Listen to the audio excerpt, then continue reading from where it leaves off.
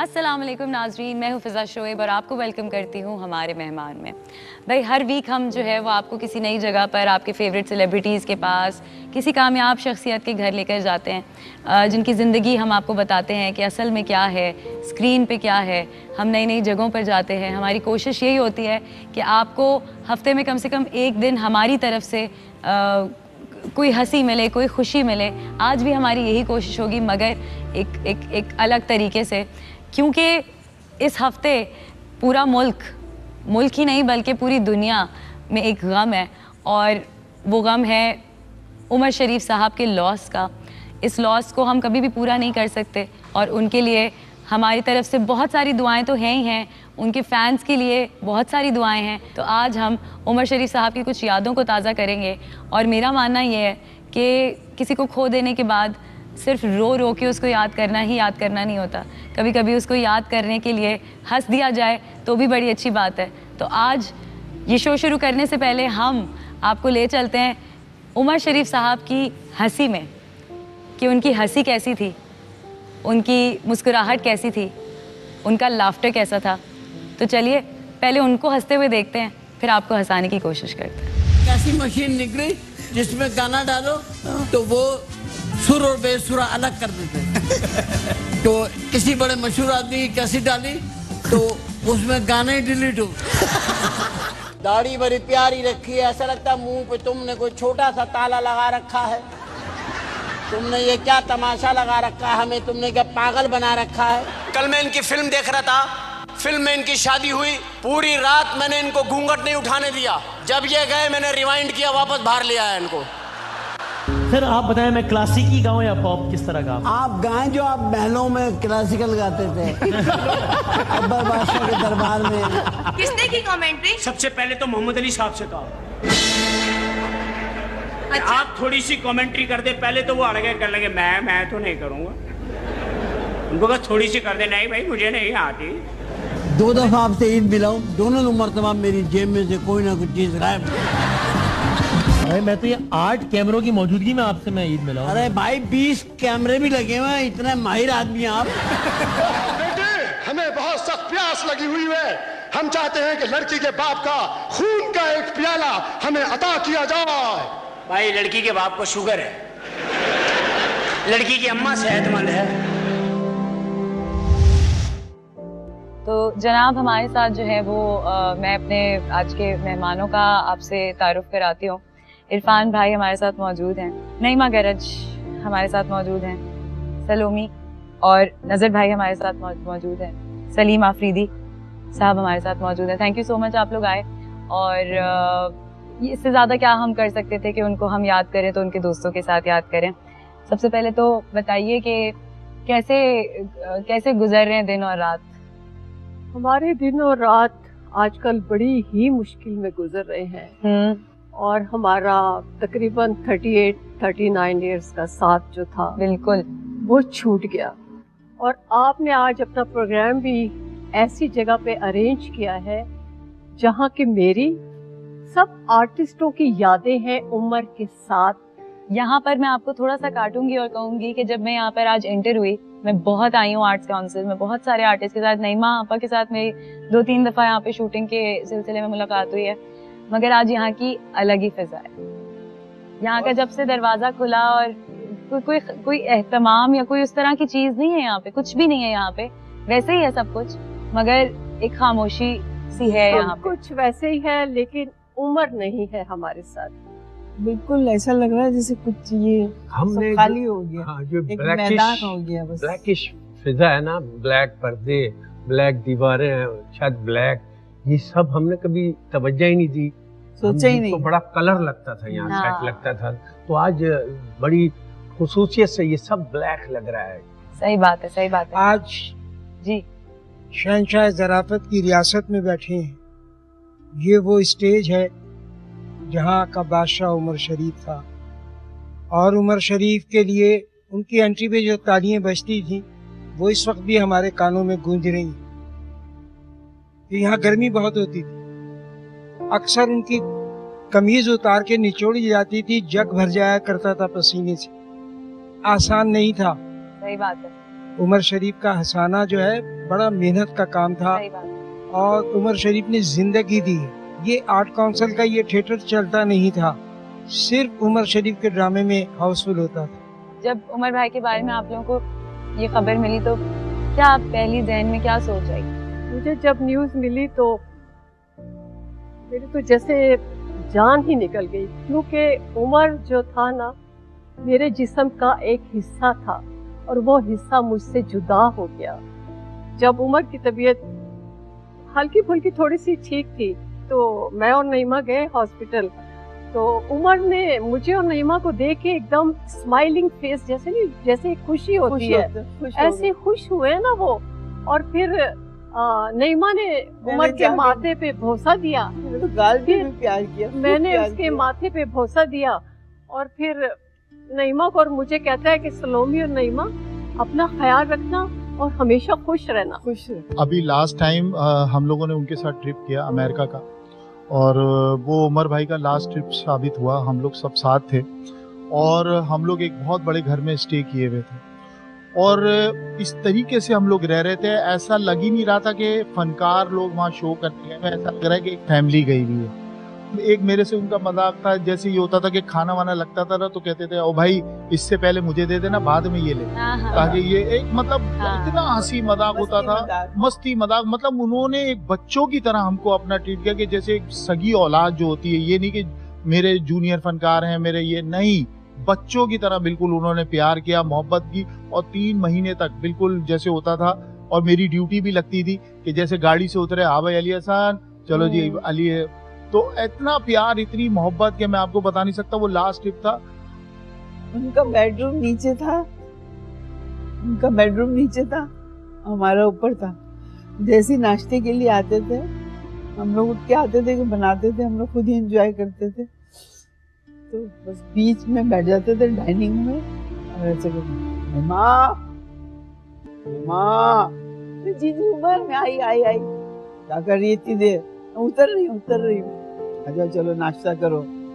ये मैं हम लोग सब नाश्ता कर रहे हैं, बैठे हुए वहीं चाय पी रहे, फिर लेकिन लग रही है अमेरिका का सफर, वहाँ उनका इख्तिताम पजीर हुआ और मौत की तरफ सफर शुरू हुआ उस वक्त जब उन्हें वहाँ इतला मिली कि उनकी बेटी का इंतकाल हो गया। बल्कि इंतकाल का तो बताया भी नहीं था उनको बताया था तबीयत खराब है। और आज भी मुझे याद है, वो बात मेरे जहन से निकल जाएगी। आपको याद होगा कि पहले मैं और अली हसन शिकागो में, वो उमर भाई का आखिरी शो है, और वो 16 फरवरी 2020।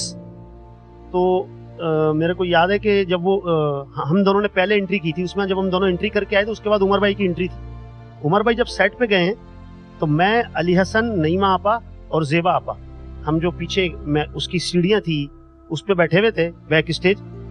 तो जब वो एंट्री कर रहे थे तो ऐसा लग रहा था कि वो जो शिकागो का जो ऑडिटोरियम था ना वो फट जाएगा। आपा मैंने आपसे ये बात कही थी, ये याद है आपको?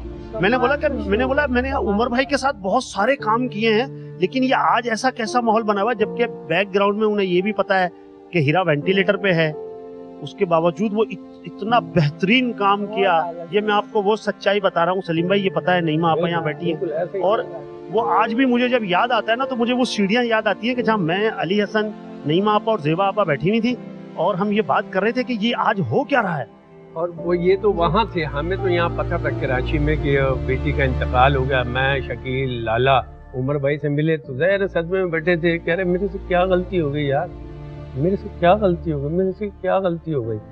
तो ये वो सफर था जो शुरू हुआ, क्योंकि दुनिया में अगर सबसे ज्यादा मोहब्बत करते थे तो वो अपनी बेटी से करते थे, बहुत करते थे। हीरा के बाद ही ना उमर जो है डाउन होना शुरू हुआ, डाउन होता गया और इस पोजीशन में आ गया जो आप सबके सामने है। अमेरिका में जब हम लोग थे, जो ये गए थे भी, तो उस वक्त माशाल्लाह बच्ची हयात थी, तो फोन आता था कि पापा मेरे लिए, अब्बू बोलती थी शायद, हाँ फोन करती थी कि मेरे लिए ये कॉस्मेटिक लाइएगा, ये कॉस्मेटिक को फरमाइश। तो बोलते थे हाँ बेटा मैं सब तुम्हारे लिए कॉस्मेटिक ले लूँगा, सब ले आऊँगा, और कुछ ले ली है, मगर बस एक है मसला। तो बोले क्या मसला है?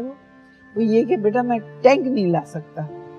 बाबा क्यों? मिसाइल और जहाज नहीं ला सकता बेटा, यहाँ क्यों? अलाउ नहीं है, बाकी में सब चीजें और भी मुझे चलाना भी नहीं आता है।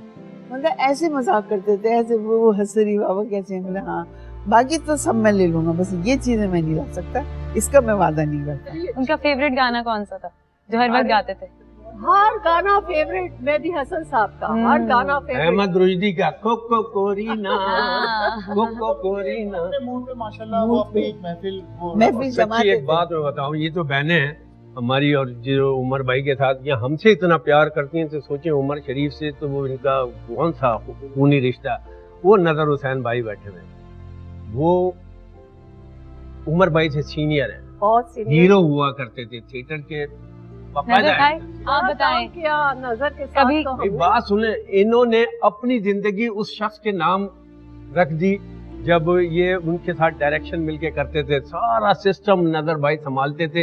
इन्होंने अपनी एक्टिंग को पीछे कहीं छोड़ दिया, हालांकि बहुत हिट हुए थे हुदूदाने मैदा, बेइंतहा इनकी ऐसा है शायरी क्या? पसंद की गई थी। हाँ, लेकिन बात ये है कि इतना प्यार कैसे? प्यार किया नहीं जाता, प्यार हो जाता है। बताएं ना, पहले अपनी प्यार की दास्तान सुनाएं हमें। उमर शरीफ को मैं उस वक्त से जानता हूँ जब सिर्फ उमर शरीफ को उसके घर वाले जानते थे। वाह। और उमर शरीफ बहुत मेहनती था, दिन में वो कहीं काम करता था और शाम को थिएटर करता, और बहुत खुददार था। उसने कभी किसी से नहीं कहा कि मेरे पास बस का किराया नहीं है या मैं भूखा हूँ। अगर उसे चाय की भी ऑफर करो तो 3 दफा कहना पड़ता था, फिर कहीं वो जाके आधा कप चाय पीता। बहुत खुददार था, मेरे साथ बड़ा वक्त गुजारा उसने। और था ऐसा ही, जब वो सुपरस्टार बन गया, और वो सुपरस्टार भी नहीं था, चांद था, वो भी 14वीं का चांद। आज अंधेरा है, आप देख रही हैं यही स्टेज ऐसा था जहाँ दिल लगता था। आज जी नहीं चाह रहा यहाँ बैठने को, क्योंकि उम्र नहीं है, आवाजें नहीं आ रही उसकी सदाएं नहीं गूंज रही। अगर वो स्टेज पे है तब भी बोल रहा होता था, बैक स्टेज पे है तो भी बोल रहा होता था, चलते ड्रामों में तब्दीलियां करता था। उसका टैलेंट था और उसका अदब था। आप क्या समझती हैं, 30-35 साल आपने एक आदमी के साथ काम करें, लड़ाई नहीं होगी? हाँ ना। हमारी लड़ाई भी होती थी, मगर मैं नजर भाई होता था, नजर भाई, कभी नजर नहीं कहा। मैंने उसका पहला खेल देखा था डोली, जो उस उम्र में 14, 15, 16 साल का होगा।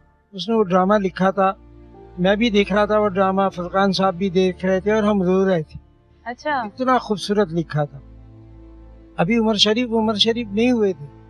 हाँ। फिर उसने दूसरा ड्रामा किया, किराए का बेटा, वो भी बड़ा कमाल ड्रामा था। बाद में किसी और नाम से कमर्शियल भी किया था उन्होंने, उसमें मैंने उनके बाप का रोल किया था और हमारी दोस्ती हो गई थी बेतहाशा। वो मेरे साथ ही बैठा होता था, क्योंकि मुनाफिक उसे शुरू से ही पसंद नहीं थे। हाँ। और आखिर में भी, आखिर तक मुनाफिकों को पसंद नहीं करता था।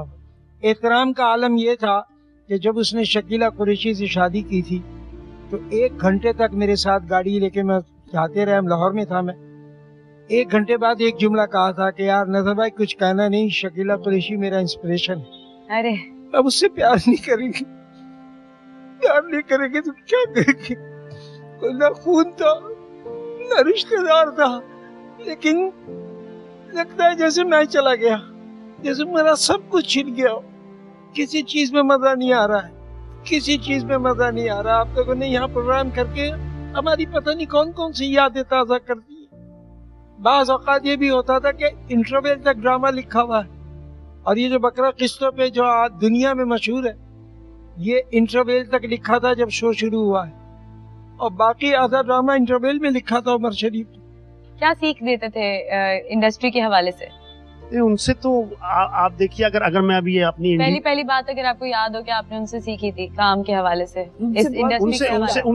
उनसे बहुत कुछ सीखा, उनसे ही सीखा है। उन्होंने ही सिखाया है कि स्टेज पे ये उमर शरीफ के पप्पू चुम्मी है जी, पप्पू चुम्मी इनका नाम रखा था उमर शरीफ ने। अच्छा, ये सिर्फ नाम से ही मशहूर। मैं आप लोगों से सबसे ये सवाल करने वाली थी कि प्यार से आप लोगों को क्या क्या कह के बुलाते थे। पहले हो जाए फिर आप अपनी बात कहिएगा।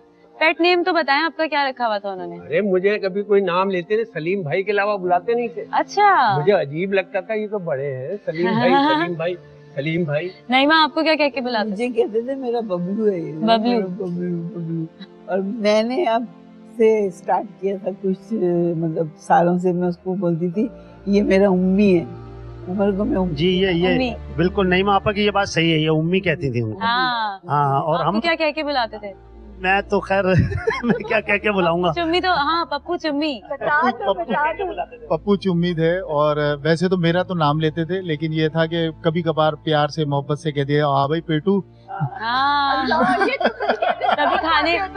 तभी खाने से पहले खाना। असल में इसकी बीवी नहीं है, पकाने वाला कोई नहीं, तीन दिन का खाना इकट्ठा खाता। अब वो हैप्पी न्यू ईयर था, तफरी कर रहे थे, तो वो पकाते हुए हम लोग खा भी रहे थे, तो कह रहे अभी क्या कर रहा है, तो मैंने कहा भाई चेक भी नहीं करें, इसी बहाने तो खा लेंगे वरना नहीं मिलेगा। बड़ी मुश्किल से जो है वो इन सबके चेहरों पे जरा सी मुस्कुराहट आई है, तो मैं मौके का फायदा उठा के एक ब्रेक लेती हूँ। आप लोग से ब्रेक के बाद मुलाकात। मेरी बात सुन ले, मैं तेरी शादी नहीं करूंगी। मैं शादी क्यों नहीं करोगी? मैं शादी तो करनी पड़ेगी। मैं नहीं करूंगी तेरी शादी। ये क्या बात हुई? मैं शादी करूंगा। मैं कह दे रही तेरी शादी नहीं करूंगी। मैं अपनी तो कर ली। वेलकम बैक जी। एक और मेहमान हमारे साथ मौजूद हैं, शकील सिद्दीकी। अस्सलाम वालेकुम। वालेकुम सलाम। कैसे हैं आप? मैं बिल्कुल ठीक। क्या कहना चाहेंगे अपने दोस्त, अपने भाई के बारे में? वो दोस्त भी थे, भाई भी थे, और हमारे उस्ताद भी थे, असातिज़ा में शामिल थे, बेन थे हमारे उस्ताद, एक तरह से समझ लें। मेरे साथ ज़िंदगी में 3 शख्सियत का बड़ा अहम रोल है। एक मोइन अख्तर साहब, एक उमर शरीफ साहब और एक फुरकान हैदर साहब, जिनके साथ मैंने सबसे ज़्यादा काम किया और बहुत ज़्यादा काम किया। तो इनसे सीखने को मिला। तो हम लोग सारे लकी हैं कि हमें ऐसा स्कूल मिला उमर शरीफ और मोइन अख्तर की शक्ल में, जहाँ से हम अच्छा सीख के निकले। आज यहाँ आके कैसा लग रहा है? यहाँ तो हम आते रहते हैं आर्ट्स काउंसिल में। जाहिर है कि अब यहाँ पे वो नहीं आएंगे उमर भाई, लेकिन हम उनकी लेगेसी को लेके चलेंगे इंशाल्लाह। क्योंकि जो उन्होंने हमें सिखाया, हम उन तक पहुँच तो नहीं सकते, लेकिन हम उनका 10% भी कर लेंगे तो हम उनके नाम को इंशाल्लाह, उनका नाम तो ऐसे जिंदा रहेगा जब तक ये शोबिज़ है। अगर आज एक जुमला कहना पड़े उनके नाम के साथ तो क्या कहेंगे? मैं उनके लिए हमेशा कहता हूँ कि लोग लिखा हुआ बोलते हैं, उमर शरीफ बोलता था तो लोग लिख लेते थे। सही बात है। लोग अफसाना लिखते हैं, वो अफसाना बोलते थे। सही बात है। उनकी लाइफ में जैसे हमने देखा कि वो हंसते हंसाते रहते थे माशाल्लाह से, और उनके अंदर पॉजिटिविटी भी बहुत थी, लेकिन उनके अंदर इंटेंसिटी भी बहुत थी, बहुत ज्यादा। और वो हमने डांटे बहुत खाई उनसे। हाँ, ये मेरा सवाल था।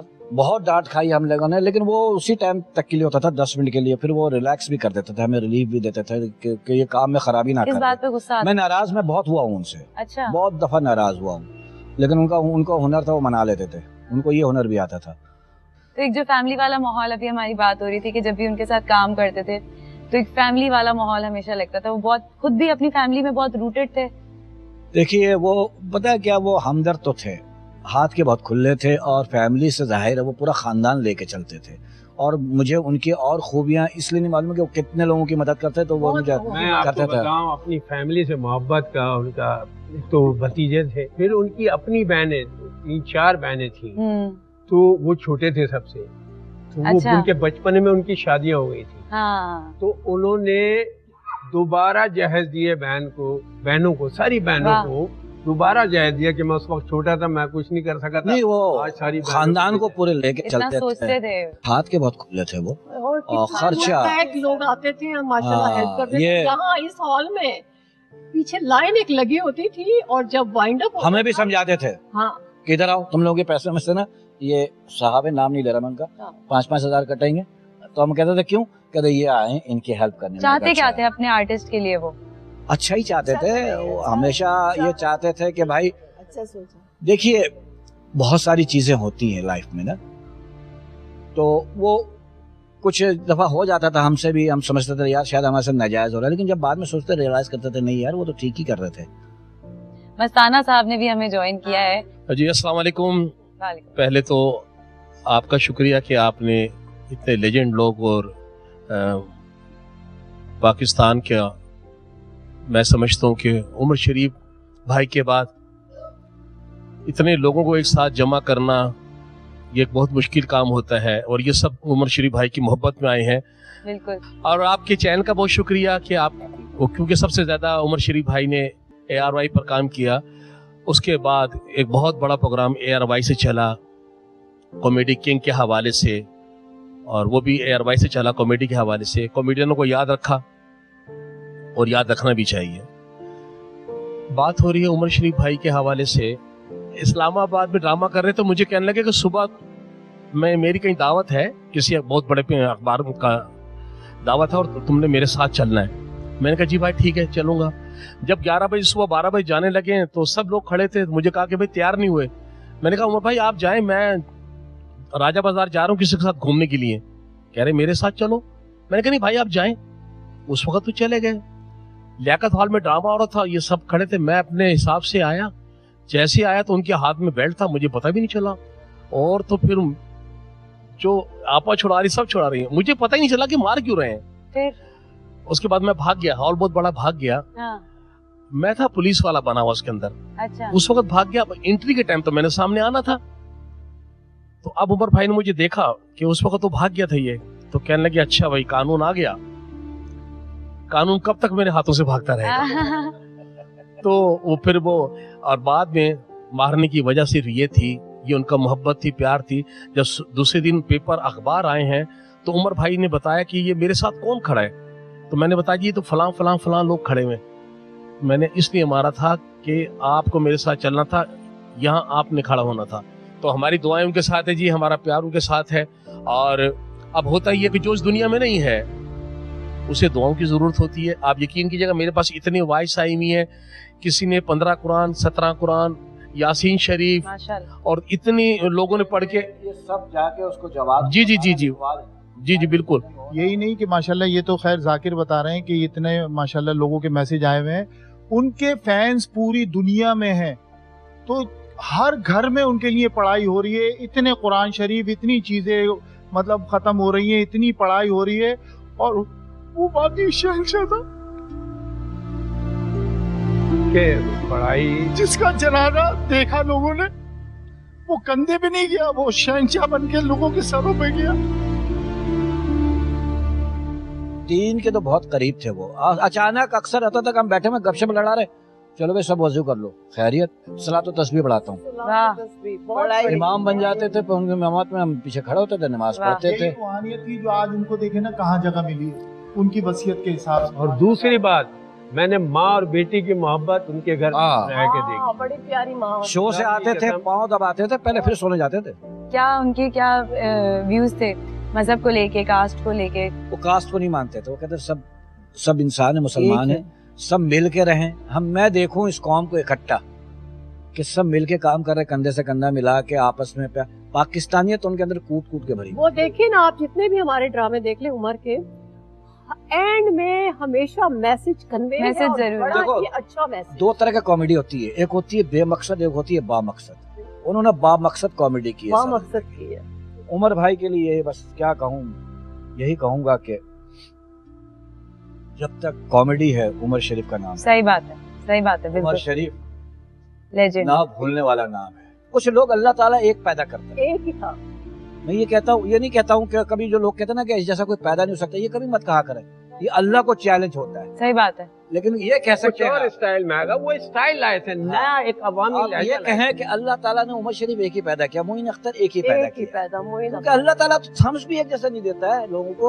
नहीं, बिल्कुल चेंज। तो बंदा कहाँ से देगा एक जैसा? अच्छा, उनमें खराबी क्या थी? उनकी कमजोरी क्या थी, खराबी क्या थी? गुस्से के तेज थे। हाँ। कोई नहीं बोलेगा, मैं बताता हूँ। हाँ, गुस्से के बहुत तेज थे। तो जैसे सलीम ने कहा ना, ये मैंने भी कहा कि काम से कॉम्प्रोमाइज नहीं थे। काम में कोई उनका अगर लाफ्टर मिस हो गया तो आप सेट पे जलील होंगे। हो चुके हैं, सब हो चुके हैं। बिल्कुल शकील भाई वाली वो बात। ड्रामा था, मेरी भी तू ईद करा दे, मैं उसमें बदमाश बना हुआ था डाकू। अब मैं अंदर आया, मेरे से कह लगे हाँ भाई ऐसा ऐसा हुआ। मैंने हाँ, मेरा अगर नहीं कर देता तो मेरा लाफ्टर बन जाता। हाँ। अभी भी करते, हो सकता आ जाए क्लैप। तो मैं कहता था नहीं, तो क्लैप आ जाती थी। कहता देख आ गई क्लैप, आ गई ना बेटा। तुम क्या जाने? मर गए? तो आप लोगों को तो कब्र में हिसाब लेना था। हमारी थिएटर इंडस्ट्री के बारे में, ड्रामा के बारे में क्या कहते थे? देखो, लतीफों का दौर था जब उमर शरीफ साहब आए थे। उमर शरीफ साहब के आने के बाद ना लतीफे माचिस पे आ गए।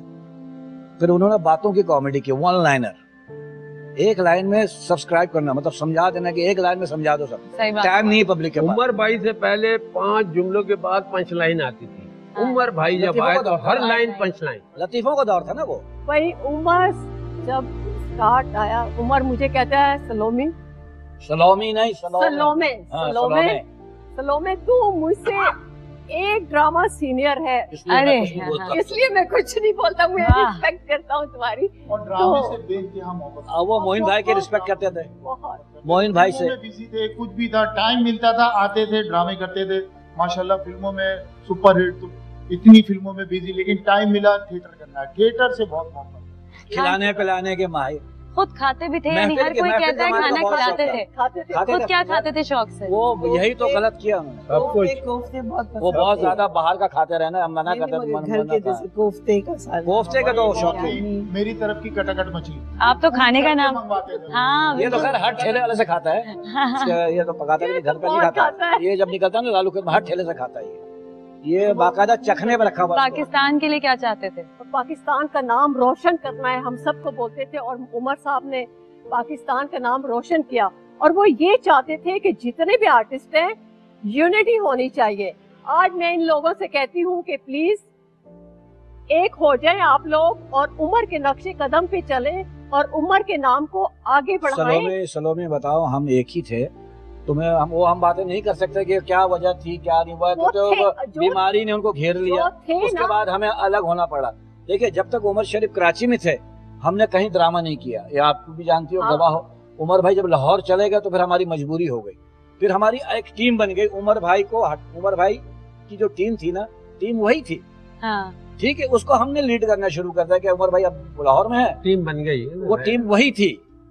उमर भाई आते थे, हमें बुलाते थे, हम फिर करने चलाते, उमर भाई के साथ करने थे। लेकिन अब के लिए शकील में अब ड्रामे कहाँ हो रहे? नहीं माँ, सलोमी, हाँ वही सलोमी। क्या हो गया शकील, बादाम खाया कर भाई। लेकिन मैं अपनी बात बताऊं, मैंने कभी उनको ना ही नहीं। वो चाहते क्या थे उस पे बात? मैं ये कहती हूँ, वो ये चाहते थे हमेशा से, ये सब लोग, उसका दिल गुर्दा जिसे कहते हैं ना, शकील हो गया, लाला हो गया, अली हो गया, हसन हो गया, सलीम हो गया, शहजाद रजा हो गया, ये हम लोग जब प्ले सब आर्टिस्ट मिल के करते थे ना, तो आप हमारे सारे ड्रामे उठा के देखें जिसमें हम तमाम आर्टिस्ट हैं जी, तो क्या ड्रामा जाता था। और सिल्वर जुबलीज होती थी हमारे ड्रामे की, इन लोगों को भी पता है। तो वो दौर जब एक्सप्रेशन अलग अलग हो गए ना, तो उमर थोड़ा सा हट भी हुआ। लेकिन उमर ये कहता था, यार वो शकील क्या बात थी, यार लाला क्या बात थी, मिस बड़ा करता था। जब भी हम कोई खेल उमर नईमा कोई करते उमर भाई थे, आवाज लगाते थे, हम आ जाते थे। अच्छा, मैं आपके टीवी के दोस्तों से एक बहुत जरूरी बात करना चाहूँगा। मैं वजीर आजम इमरान खान साहब से भी और सिंध हुकूमत से भी दरख्वास्त करूंगा कि उमर भाई के बहुत सारे सपनों में एक सपना ये भी था कि वो माँ अस्पताल बना रहे थे, जो अभी मुकम्मल हो चुका तकरीबन। आप उसको किसी तरह चला दें गरीबों के लिए, मैं यकीन से जानिए उमर भाई की रूह जो है ना वहाँ खुश हो जाएगी। अल्लाह बहुत खुश होगी, आपको दुआएं देगी वहाँ से आप। और उमर भाई की दुआओं में बहुत असर था जी। मेरी आपसे दरखास्त है इमरान खान साहब, हमें पता है आप बहुत अच्छे हैं, दिल के नर्म हैं, माँ हॉस्पिटल जो है ना वो स्टार्ट करवा दीजिए, उमर की ये आखिरी ख्वाहिश पूरी करवा दीजिए। बात ये सही है कि जितने भी हम समेत उमर शरीफ साहब के फैंस हैं, अगर वो कुछ करना चाहें तो यही 2-4 चीजें हैं जो की जा सकती हैं। वो खुद ही एक इंस्टीट्यूशन है, आजकल सोशल मीडिया है, जिसने सीखना होता है, जिसकी उमर शरीफ जैसी लगन होगी तो वो तो कहीं से भी उनका काम पकड़ के सीख जाएगा। नईमा, आप क्या कहना चाहेंगी? अब हम शो को आहिस्ता आहिस्ता वाइंड अप करते हैं। सब उमर के लिए दुआ करें और दिल से दुआ करें, और अल्लाह मियाँ उनकी हर आसानियाँ पैदा करे, उनके लिए कोई मुश्किल ना आए, उनके फैमिलीज के लिए। क्या पता नईमा इस वक्त वो कह रहे होंगे आपको देख के कि मैं तो अपनी माँ के पास और अपनी बेटी के पास आ गया हूँ। बिल्कुल हाँ, बिल्कुल। और दूसरी बात ये, उनके बेटे हैं माशाल्लाह 2-2, कम से कम एक बेटे को उसकी काबिलियत के हिसाब से अच्छी जॉब। बिल्कुल, इंशाल्लाह इंशाल्लाह। आप लोगों से ये पूछना चाहूंगी कि अगर आज इस वक्त उमर शरीफ साहब होते और आप उनको कोई एक बात कह सकते तो आप क्या कहते, और फिर शो को वाइंड अप करें? नहीं, मैं सिर्फ एक बात और कहना चाहता हूँ, क्योंकि ARY का ये प्रोग्राम है, क्योंकि उमर भाई 3 हफ्ते से आगा खान हॉस्पिटल में थे और मतलब किसी को मालूम था, किसी को नहीं मालूम था। लेकिन अगर ये हुकूमती मशीनरी को हिलाया है और हुकूमत की तवज्जो इस तरफ करवाई है, वो सारा क्रेडिट वसीम बादामी साहब को जाता है। बिल्कुल, बिल्कुल। और ARY को जाता है, क्योंकि उन्होंने अपने प्रोग्राम के जरिए जब वो वीडियो चलाई, उसके बाद पूरी हुकूमती मशीनरी हिली है। और उसके बाद जो उनका मुसलसल वहाँ जाना और फिर डेड बॉडी लाना और वहाँ तक मतलब पहुँचाना, लाना, ले जाना, यहाँ तक ख्याल करना और मजीद गवर्नमेंट के लोगों से मतलब राब्ता रख के उनके लिए काम करवाना, ये बहुत बड़ी बात है। तो वसीम बादामी भाई का हम सब फनकार बहुत बहुत शुक्रिया अदा करते हैं। बहुत सारी दुआएं करनी चाहिए। बिल्कुल, ये कहूँगा कि हमें वसीम को देख के हौसला आ गया कि हमारा भी कोई बोलने वाला है। तो वसीम भाई आपका बहुत बहुत शुक्रिया। और हम सब फनकार उमर भाई की अजमत के लिए, उनके प्यार के लिए, उनसे मोहब्बत करने के लिए हम सब खड़े होके उमर भाई को सलूट करना चाहते हैं। ये देखें ऐसा उमर भाई, आपकी अजमत को, आपके प्यार को सलाम है। खुश रहें, आबाद रहें। अल्लाह ताला आपको करवट करवट जन्नत नसीब फरमाए। आमीन। और अल्लाह ताला आपको जन्नतुल फिरदौस में आला मकाम अता फरमाए। नजर भाई, आपने इतना सारा वक्त गुजारा, अगर आज वो होते तो क्या कहते उनको, एक जुमला?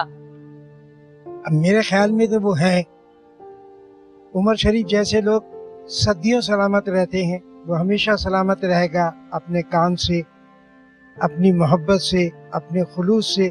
जिस तरह उसने स्टेज की खिदमत की है, जिसकी तारीख में भी कोई मिसाल नहीं मिलती। उमर शरीफ था नहीं, उमर शरीफ है, उमर शरीफ रहेगा।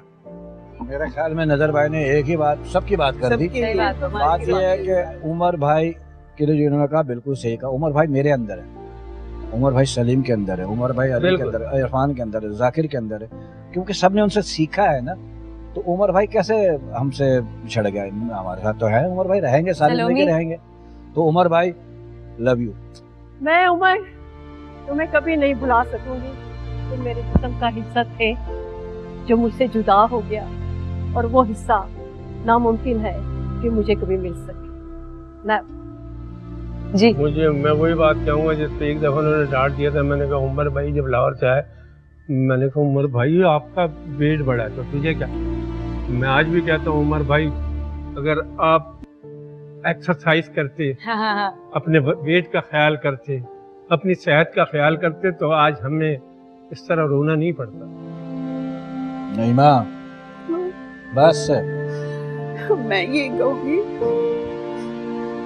कि मेरा उम्मीद है मेरे दिल में सदा रहेगा, नहीं हट सकता वो।